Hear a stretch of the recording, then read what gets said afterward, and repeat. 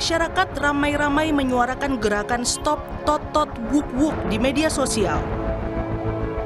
Warga protes sebab banyak penggunaan sirene dan lampu strobo tak sesuai aturan.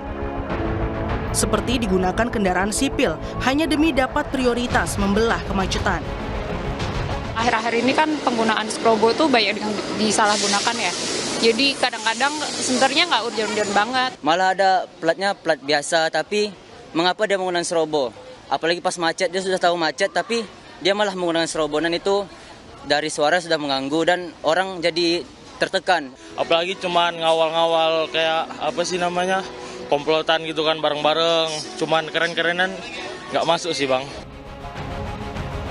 Merespons protes masyarakat, Kepala Kops Lalu Lintas Polri, Irjen Agus Suryo Nugroho, membekukan penggunaan strobo dan sirine yang mengganggu pengguna jalan. Masukan masyarakat itu hal positif untuk kita, dan ini saya evaluasi.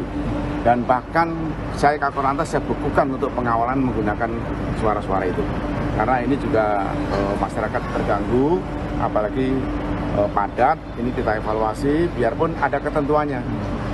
Pada saat kapan menggunakan sirine, termasuk patok, dan ini saya terima kasih pada masyarakat untuk Korlantas sementara kita bekukan. Undang-Undang Nomor 22 Tahun 2009 tentang Lalu Lintas dan Angkutan Jalan mengatur 7 kendaraan yang berhak mendapat prioritas di jalan raya. Di antaranya ambulans mengangkut orang sakit, pemadam kebakaran, kendaraan untuk pertolongan pada kecelakaan lalu lintas, pimpinan lembaga negara, dan kendaraan pimpinan serta pejabat negara asing. Jika ditemukan penyalahgunaan, negara diminta tegas bertindak demi keadilan pengendara di jalan. Tim Liputan, Kompas TV. Saudara Jenderal Agus Subianto, Panglima TNI, ikut merespons soal ramainya keluhan masyarakat soal penggunaan strobo dan sirine di jalan raya. Panglima bilang strobo dan sirine digunakan harus sesuai aturan termasuk kedaruratan. Saya juga melarang kepada pengawal saya untuk bunyikan strobo karena ganggu kita juga gitu, ganggu saya juga. Saya kan pengen nyaman juga, kendaraan juga tidak menghargai pengendara yang lain gitu. Lihatnya kalau saya juga jarang pakai strobo. Saya kalau lampu merah saya berhenti, kasat semua berhenti. Saya sampaikan kepada kesatuan saya kalau ikuti aturan.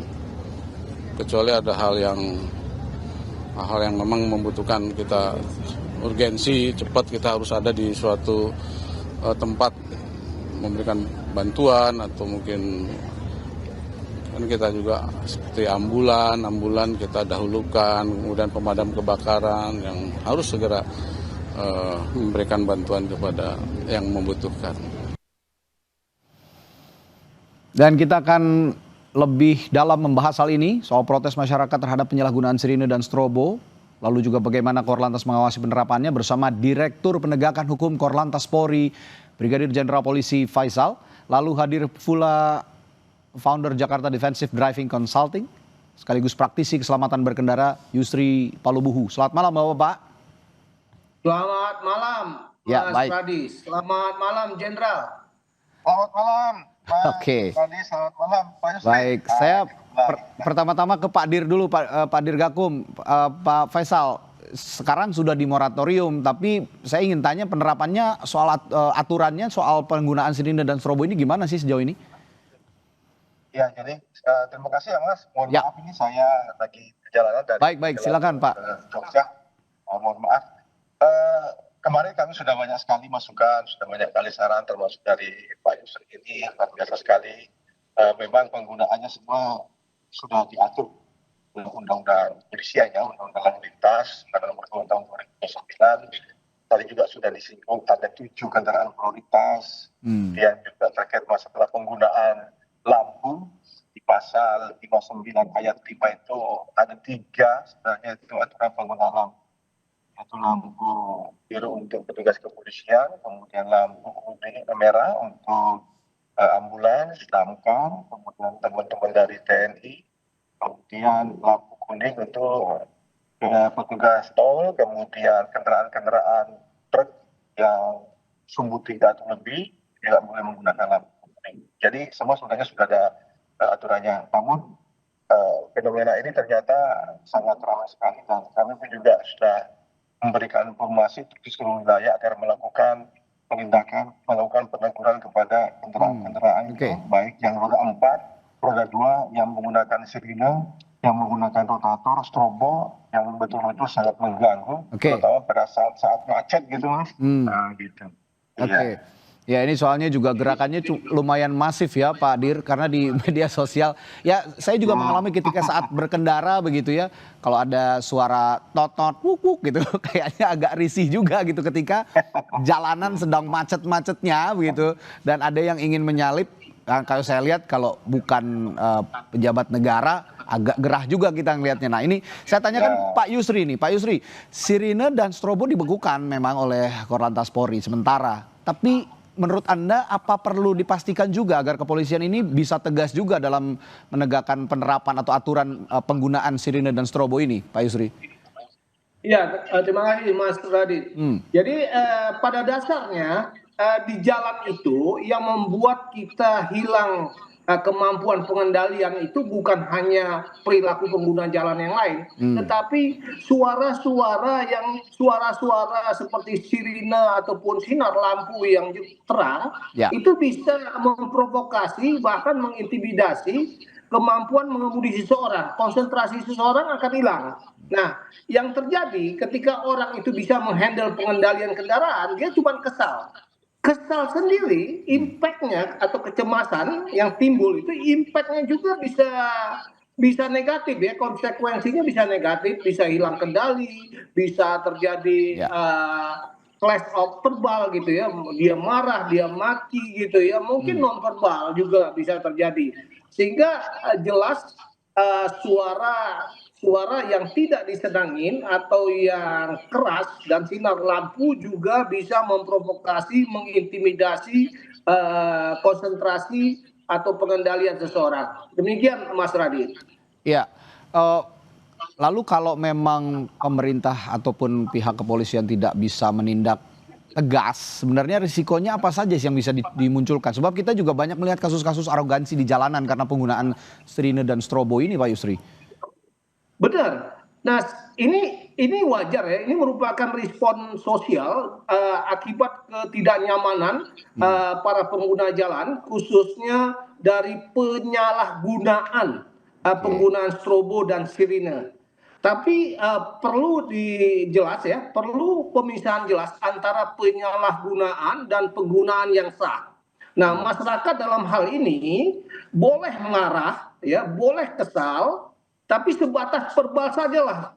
Jangan melakukan tindakan-tindakan yang akhirnya bisa menghalangi penggunaan yang sah, seperti kendaraan-kendaraan yang sedang kendaraan damkar atau ambulans yang memang berfungsi menyelamatkan nyawa. Nah, kita khawatir ini menjadi abuse of condition. Akibat respon sosial ini bisa terjadi abuse of condition yang salah kaprah, malah bisa menghilangkan nyawa seseorang gitu akibat blocking ataupun blokir, tidak membiarkan kendaraan-kendaraan darurat tersebut. Jadi masyarakat harus bijak-bijak dalam hal ini, dan otomatis juga pemerintah dalam hal ini tidak hanya diam. Tadi saya sudah melihat beberapa hari ini respon dari Polri, khususnya Kakor Lantas juga membuat hibernisasi atau hibernate dari kebijakan pasal 59 atau pasal 34 di undang-undang tersebut tentang pengelompokan dan pengawalan, pasal 135-nya juga kepada para aparatnya agar tidak menggunakan strobo dan sirine dalam pengawalan, kecuali dalam kondisi darurat. Ini merupakan satu langkah bagus untuk meredam respon sosial yang nanti bisa bergerak liar. Sudah begitu kita khawatirkan. Demikian Mas Radit. Ya, ini sudah begitu masif juga gerakannya di media sosial. Tapi saya tertarik juga dengan pernyataan Pak Yusri tadi, bahwa jangan sampai gerakan di media sosial ini memberikan dampak negatif kepada orang-orang yang memang sah atau pihak-pihak yang memang sah menggunakan strobo dan sirine. Nah, pertanyaan saya ke Pak Dirgakum, Pak Dir, lalu bagaimana juga Anda menjelaskan kepada publik, kepada masyarakat, kepada pengguna jalan begitu, agar benar-benar paham jangan sampai mereka ini sporadis saja gitu, ada yang pakai sirine dan strobo padahal punya otoritas resmi, punya hak untuk menggunakan itu, tetapi malah dihalang-halangi oleh publik, oleh masyarakat dengan emosi-emosi yang dikatakan oleh Pak Yusri tadi. Bagaimana Pak Dir? Ya, terima kasih Pak Yusri. Jadi tentunya dari kepolisian selalu melakukan sosialisasi, terutama di 134. 134 ayat 1, 2, 3, 4 itu sudah wajib, itu artinya kalau ada rombongan yang 1, 2, 3, 4 itu pasti masyarakat wajib memberikan prioritas, apalagi dalam kondisi-kondisi damkar, kemudian ambulans, kemudian yang akan ke lokasi TKP atau kecelakaan lalu lintas, bukan hanya mobil ambulans, tapi mobil Preman pun yang akan ke lokasi kecelakaan juga harus diberikan prioritas, apalagi mobil dinas kepolisian yang akan melakukan kegiatan pengolahan TKP. Nah tentunya dengan kejadian ini kami intens lagi memberikan sosialisasi, memberikan himbauan, mengajak masyarakat bahwa memang apa yang dikatakan tadi Pak Yusri, bahwa ada memang ketentuan, ada aturan yang dilindungi oleh undang-undang, kendaraan itu berhak untuk diberikan prioritas, tapi dengan SOP mereka harus menggunakan sirine, harus menggunakan rotator. Tapi alhamdulillah sejauh ini masyarakat kita alhamdulillah masih cukup bagus, responnya cukup bagus dalam memberikan ruang gerak, terutama pada saat ada saat-saat yang sangat penting, urgensi sekali. Jadi tentunya kami menindaklanjuti Pak Kakor Lantas dalam hal ini sudah menyampaikan kepada seluruh jajaran bahwa mari kita menggunakan penggunaan sirine, rotator sesuai dengan SOP, terutama kurangilah penggunaannya pada saat-saat ada kegiatan misalnya di sekitar masjid, ada yang meninggal, ada kegiatan-kegiatan yang lain yang sifatnya tidak perlu. Dan tadi juga disampaikan Pak Yusri bahwa penggunaan ini juga memang harus selektif mungkin, karena masyarakat kita masih banyak yang mungkin tidak senang kondisi-kondisi yang seperti ini. Bahkan kilatan lampu, sirine rotator itu juga bisa membuat masyarakat terganggu. Oleh karena itu dari kepolisian pasti kami menyampaikan sedikit data bahwa 2023 sampai 2025 kita sudah melakukan penindakan 843 pelanggaran terkait masalah penggunaan rotator sirine yang tidak ada 843 ya sudah kita ditindak. hampir setiap hari, apalagi dengan masif seperti ini di media, kita pasti akan melakukan ini Maaf Pak Dir, saya potong. Tapi 843 ini pada saat ada gerakan ini saja atau memang sebelumnya juga sudah ditertibkan? Karena ada juga pertanyaan kenapa kok baru sekarang setelah heboh di media sosial ada pembekuan soal ini gitu Pak Dir. Jadi 2023 itu saya hanya mengambil data per 3 tahun. Jadi 3 tahun belakang kita sudah melakukan penindakan sudah lama sekali. Sudah lama sekali. Sejak ada muncul pelanggaran-pelanggaran yang menggunakan rotator sirine, terutama menggunakan strobo pada malam hari, yang sangat mengganggu pengguna lainnya, sehingga kita sudah melakukan penindakan. Dan saat ini mungkin sosialisasi teguran kita sudah mengurangi, karena saya yakin masyarakat sudah tahu, apalagi undang-undang ini kan sudah 2009 sudah diundangkan, artinya sudah tahu.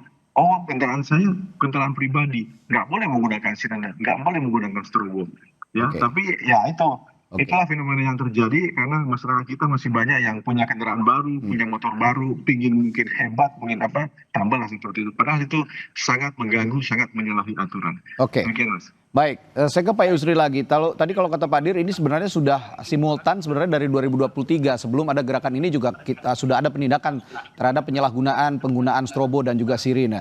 Tapi Anda sendiri sebagai praktisi keselamatan mengendara di jalan raya, Anda merasakan hal itu tidak? Bahwa sebelumnya juga sudah ada penindakan sebenarnya dari polisi? Saya setuju apa yang disampaikan oleh Pak Dirgakum, Pak Faisal, bahwasanya penindakan ini sudah dilakukan sejak lama. Kebetulan saya termasuk bagian daripada mengkampanyekan strobo dan sirine. Pelakunya itu sudah sejak di bawah 2010. Jadi masih Undang-Undang 14 tahun 92. Itu sudah para pejabat di Polri sudah mengkampanyekan itu, bahkan dari Wakapolri, mantan Wakapolri dulu juga yaitu Pak Nanan sudah mengkampanyekan ini. Namun sekali lagi perlu diingat, polisi kalau kita menggantungkan kepada polisi sebagai bagian penegakan, mereka ini sangat terbatas, mungkin kepada pihak sipil saja ya. Nah, tetapi kita akui di dalam penggunaan atau penyalahgunaan strobo dan sirine ini kan pelakunya selain sipil juga banyak instansi kan. Ya, Nah, instansi dan juga sebagaimana keluarga dalam pejabat, Undang-Undang maaf Pak Yusri. 59, Bukan hanya itu instansi, sudah tapi saya juga dijelaskan sering menjumpai keluarga-keluarga tertentu. pejabat. Harusnya pengawasannya juga tadi Panglima juga sudah mengatakan ya. Nah, Ya. seharusnya ditindaklanjutin oleh aparatnya, rangkaiannya bawahannya melakukan penegakan atau penindakan ataupun edukasi kepada stakeholder mereka. Dengan demikian, lalu lintas itu keamanan lalu lintas, ketertiban berlalu lintas tidak hanya dikontrol oleh polisi saja, tapi semua yang bertanggung jawab. Karena bagaimanapun kenyamanan, keselamatan Ya, berlalu ya, lintas itu oke. merupakan tanggung jawab masing-masing pengguna jalan ya. Ya, Nah, baik. ini harus disadari penuh oleh para stakeholder jalan raya. Jadi jangan Oke. diserahkan ke polisi-polisi, nggak akan mampu. Jadi Oke, baik, Pak semuanya Yusri. harus melakukan partisipasi. Seperti misalnya saya dari komunitas, saya Baik. ketua komunitas, saya Ya. menyarankan ke anggota komunitas saya Oke. tidak ada yang menggunakan strobo. Begitupun Baik. departemen, begitupun instansi-instansi pemerintah. Karena kalau polisi melakukan penegakan dan mereka bertemu dengan instansi tertentu, maka akan berhenti sampai di situ. Ya, harapannya Demikian Mas Radi. baik. Jadi Harapannya partisipasi daripada stakeholder perlu di dalam penegakan ini. ya, harapannya sebenarnya dari diskusi kita hari ini ada kesamaan atau ada kesetaraan pengguna jalan. Ya, kalau memang meskipun itu pejabat ataupun keluarganya tidak dalam kondisi yang tergesa-gesa, bukan hanya tergesa-gesa, dalam kondisi yang urgent begitu, ini tidak perlulah ya menggunakan strobo atau sirine. Kita yang ingin kita rasakan, publik rasakan sepertinya ya kesetaraan dalam menggunakan jalan raya begitu, berkendara. Baik, terima kasih Pak Yusri, Pak Brigjen Faisal juga, Pak Dirgakum sudah bergabung bersama kami di Sapa Indonesia Malam. Semoga penerapannya juga konsisten dan bisa memberikan pendidikan yang baik untuk berkendara bagi publik. Terima kasih Bapak-bapak, selamat petang. Ya, Sampai jumpa lagi. Terima kasih Mas, terima kasih Pak Yusri.